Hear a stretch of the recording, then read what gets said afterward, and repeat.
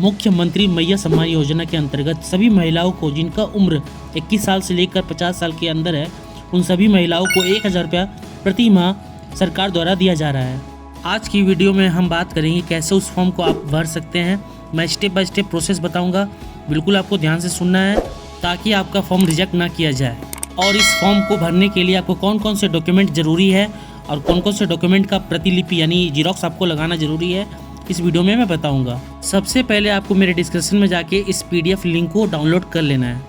जैसा कि आप देख रहे हैं कि ये फॉर्म बिल्कुल निःशुल्क है, इसके लिए आपको किसी को भी 1 रुपया देने की ज़रूरत नहीं है। सबसे पहले इस PDF का आपको प्रिंट निकाल लेना है कलर में। अब मैं आपको स्टेप बाय स्टेप प्रोसेस बताऊंगा कि इस फॉर्म को भरना कैसे है। बहुत ही केयरफुली भरना है ताकि आपका फॉर्म को रिजेक्ट ना किया जाए। तो जैसा कि आप देख रहे हैं, सबसे ऊपर में आपसे पूछा जा रहा है आवेदिका का नाम। तो जो आवेदिका का नाम भरेंगे वो आपको एज पर आधार, जैसा कि आधार में लिखा हुआ है उस महिला का नाम के आगे में आपको कुछ भी श्रीमती नहीं लगाना है, ठीक है। उसके नीचे में आपको पिता या पति का नाम, तो अगर आपकी शादी हो चुकी है तो आप अपने पति का नाम जैसा कि आधार कार्ड में लिखा होगा उसी हिसाब से डालेंगे। अगर आपके पिता का नाम डाला गया है तो पिता का नाम ही फिल करना है, ठीक है। फिर पता आपको अपना भर लेना है, थाना क्या रहेगा, पंचायत या वार्ड क्या रहेगा और शहर क्या रहेगा, ठीक है, वो आपको अपना भर लेना है हिंदी में।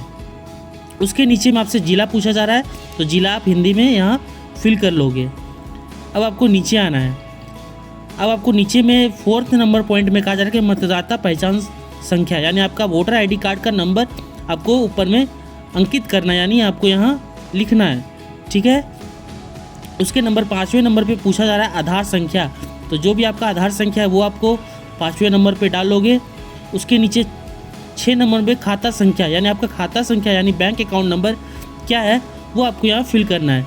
ध्यान रहे कि जो यहाँ बैंक अकाउंट का जो नंबर आप डालोगे वो पर्सनल बैंक अकाउंट होना चाहिए, जॉइंट अकाउंट नहीं होना चाहिए, अन्यथा आपका फॉर्म को रिजेक्ट कर दिया जाएगा। तो आपको जो अपना खाता संख्या देना है वो आपका पर्सनल बैंक अकाउंट होना चाहिए और जो खाता संख्या होना चाहिए वो आपका आधार से लिंक होना चाहिए, ठीक है। अब जो 7वां नंबर पे पूछा है खाता आधार लिंक है या नहीं, अन्यथा तो आपको हाँ पे टिक करना है, ठीक है। आपका आधार लिंक होना ज़रूरी है खाता, अन्यथा आपका पैसा नहीं आएगा, ट्रांसफ़र नहीं हो पाएगा आपके अकाउंट में। अगर आपका नहीं है तो आप अपने नियर बैंक में जाके इसे करेक्शन कर सकते हैं, ठीक है।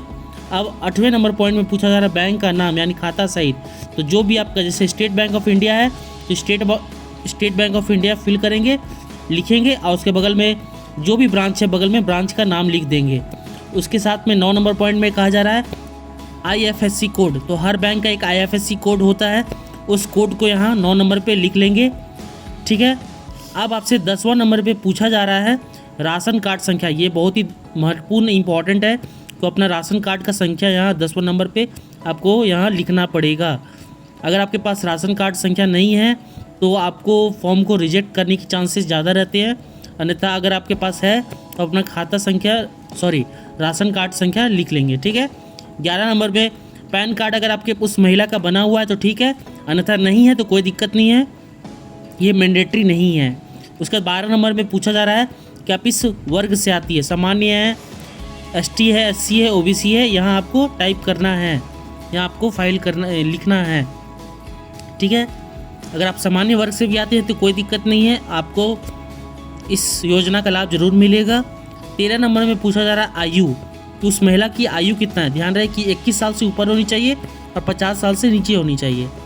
14 नंबर में पॉइंट में पूछा जा रहा है जन्म तिथि, तो जो कि आधार कार्ड में डाला गया है जन्म तिथि वही आपको यहाँ डालना है, आधार कार्ड से मैच होना ज़रूरी है। आवेदिका का पहचान चिन्ह, अगर आपका कोई पहचान चीज़ जैसे कोई तिल है या कोई मस्सा है, कुछ भी है, वो आपको हिंदी में यहाँ लिखना ज़रूरी है कि आपका कोई बर्थ मार्क तो नहीं है आपके बॉडी पे, अगर नहीं है तो नो मार्क लिख दीजिएगा। उसके बाद 16 नंबर पे पूछा जा रहा है आवेदिका का मोबाइल नंबर, तो एक मोबाइल नंबर डालना ज़रूरी है। उसके बाद आवेदिका विवाहित है कि नहीं, अगर हाँ है तो या हाँ पे टिक मारेंगे, नहीं है तो नहीं पे टिक मारेंगे। आवेदिका की स्थिति, अगर ये 18 नंबर वैकल्पिक है, अगर आप विधवा है, तलाकशुदा या परित्यक्ता है तो आप परित्यक्ता पे टिक मारोगे, ठीक है। अगर आप विधवा है तो विधवा पे टिक मारोगे, तलाकशुदा पे टिक मारोगे, ठीक है। 18 नंबर पॉइंट कंप्लीट हो चुका है। अब आपसे नीचे जो पूछा जा रहा है संकलन प्रति, ठीक है, तो आपको किस किस चीज़ का जीरोक्स देना है और क्या क्या डॉक्यूमेंट होना ज़रूरी है। इसमें आपसे पूछा जा रहा है जो डॉक्यूमेंट आपके पास है उसमें राइट का चिन्ह मारेंगे, अदरवाइज उसमें क्रॉस करेंगे। ठीक है, तो सबसे पहले आपसे आधार कार्ड का है तो उसमें टिक करना ज़रूरी है। बैंक खाता पासबुक का टिक करेंगे, राशन कार्ड पे टिक करेंगे, मतदाता पहचान पत्र पे टिक करेंगे, पैन कार्ड अगर है तो ठीक है, अदरवाइज क्रॉस कर देंगे। और स्व घोषणा पत्र मूल प्रति, तो ये आपका 6 नंबर पॉइंट क्या है, इसमें सबसे पहले आपको टिक करना है, यानी राइट का क्लिक करना है। ये आपको कैसे करना है मैं आपको नीचे बताऊंगा, ये बहुत ही इंपॉर्टेंट है। स्व घोषणा पत्र, तो ये आपको 6 डॉक्यूमेंट है, तो 6 में आपको राइट टिक मारना है। पैन कार्ड अगर है तो ठीक है, अदरवाइज उसमें क्रॉस कर दीजिएगा। अब आपसे नीचे घोषणा में पूछा जाए, मैं निष्ठापूर्वक घोषणा करती हूँ कि उपरोक्त सभी तथ्य सत्य है और मैं इस योजना के तहत लाभ प्राप्त करने की संपूर्ण पात्रता रखती हूँ। ठीक है, अब आपको यहाँ सिग्नेचर कर देना है। अगर आप सिग्नेचर नहीं कर पाते हैं तो अंगूठा का निशान भी लगा सकते हैं और उसके सामने में तिथि लिख सकते हैं। जिस डेट को आप भर रहे हैं इस फॉर्म को, उसका डेट रखना है। अब आपको स्व घोषणा पत्र क्या होता है मैं आपको इसको बताऊँगा। ये आपको फॉर्म के साथ में देना ज़रूरी है। अगर आप इस स्व घोषणा पत्र को नहीं देते हैं तो आपका फॉर्म को रिजेक्ट कर दिया जाएगा। ये बहुत ही इंपॉर्टेंट है, ये आपके फॉर्म के साथ में ही सबमिट किया जाएगा। ठीक है, स्व घोषणा पत्र क्या होता है, इसमें आपका कुछ डिक्लेरेशन यानी आपसे कुछ तथ्य पे रजामंदी ली जाएगी कि आप इस चीज़ से बिलोंग नहीं करते हैं, यानी आप इस चीज़ पे नहीं हैं। तो सबसे पहले आपको अपना आवेदिका का नाम, पिता या पति का नाम, उम्र और एड्रेस सब आपको मोबाइल संख्या के साथ में आपको फिल कर लेना है।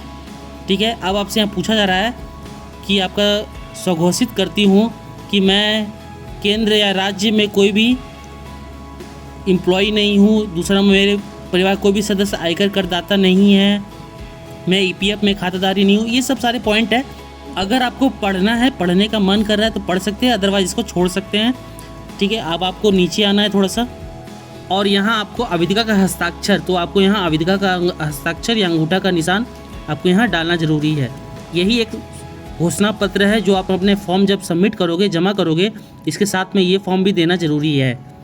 ठीक है, अब सत्यापन प्रतिवेदन, ये क्या होता है, तो ये आपका जो फॉर्म जब सबमिट करोगे अपने नियर पंचायत में तो आपको इसमें सत्यापन प्रतिवेदन का रिसीविंग यानी रिसीविंग दिया जाएगा आपको। तो ये रिसीविंग आपको नहीं, आप अपना यहाँ नाम, पिता या पति का नाम, एड्रेस, जिला, मोबाइल नंबर यहाँ भर ले। ठीक है, उम्र भर ले, लेकिन आपको साइन कौन करेगा, जब आप यहाँ फॉर्म को अपने नियर पंचायत में जाके सबमिट करने जाओगे तो आपका यहाँ सत्यापन करेगा, जांच करके नीचे मोहर मार के सिग्नेचर कर देगा। ये बताया जा रहा है कि आपका जो भी फॉर्म भरा गया है वो आपका वेरीफाइड किया गया है पंचायत या मुखिया के द्वारा, पंचायत समिति या मुखिया के द्वारा। ठीक है, इतना करने के बाद आपको थोड़ा नीचे आना है। अब पंचायत समिति या मुखिया जी के द्वारा जितने भी बॉक्स दिख रहे हैं आपको, इसमें क्लिक करेंगे, इसमें बॉक्स को टिक करेंगे। ठीक है, इसमें पूछा जाए कि आवेदिका द्वारा दी गई उपरोक्त जानकारी जो है सब सत्यापन किया गया है, और उसके बाद ये करने के बाद स्वीकृति दी जाएगी और यहाँ मोहर मार के सिग्नेचर कर दिया जाएगा। ठीक है, उसके नीचे में पावती रसीद, तो ये पावती रसीद आपको काट कर आपको रिसीविंग दिया जाएगा। इसमें क्या किया जाएगा, आपको अपना पावती क्रमांक संख्या दिया जाएगा, आवेदिका का नाम यहाँ लिख दिया जाएगा, पिता पति का नाम, एड्रेस, मोबाइल नंबर, तिथि, ये सब करके उसका अधिकृत कर्मी का हस्ताक्षर, जो भी आपका फॉर्म को लिया जाएगा पंचायत समिति या मुखिया के द्वारा, वो अपना मोहर मार के ये पावती रसीद आपको दे दी जाएगी। ये आपकी रसीद होगी। अगर आपको फॉर्म भरने में कोई भी प्रॉब्लम आए तो प्लीज़ मुझे कमेंट करिएगा। वीडियो अच्छी लगी तो प्लीज़ चैनल को लाइक एंड सब्सक्राइब करें। थैंक यू दोस्तों, धन्यवाद।